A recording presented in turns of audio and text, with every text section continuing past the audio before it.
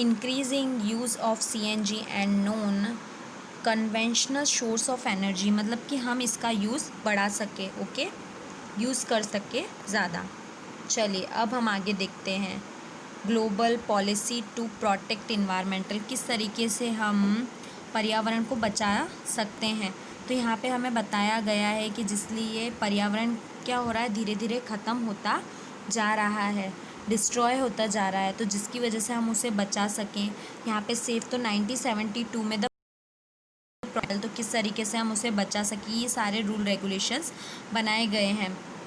The capital, तो यहाँ पे देखिए, तो यहाँ पे global warming, the capital 2009 in Denmark, ठीक है, डेनमार्क में बनाया गया था, जिस तरीके से कि यहाँ पे हम बचाया जा सके, okay. Discuss to the global warming, the development bias are not to the accepting carbon cutting and they are the developing national where increasing pressuring for a reductions, तो मतलब किस तरीके से कम होता जा रहा है, गैसों का कम से कम यूज़ कर सके।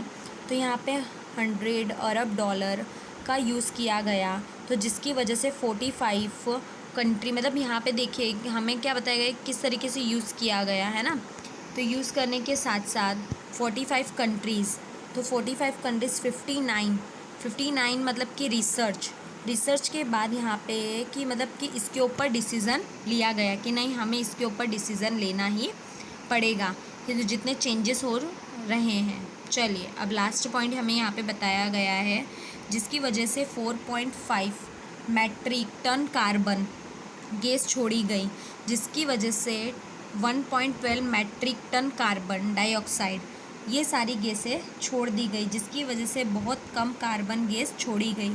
अब आगे बड़े स्तर पर इसकी वजह से छूट दी गई है ना, उसको कंट्रोल किया गया कि किस तरीके से कंट्रोल किया जाना चाहिए, और कंट्रोल के साथ साथ 20.6 metric ton carbon dioxide gas का उत्सर्जन किया गया, ओके।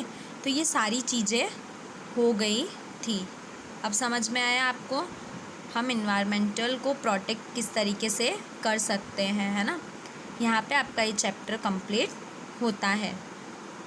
आपको ये एक्सरसाइज कंप्लीट करनी है, ठीक है। Thank you.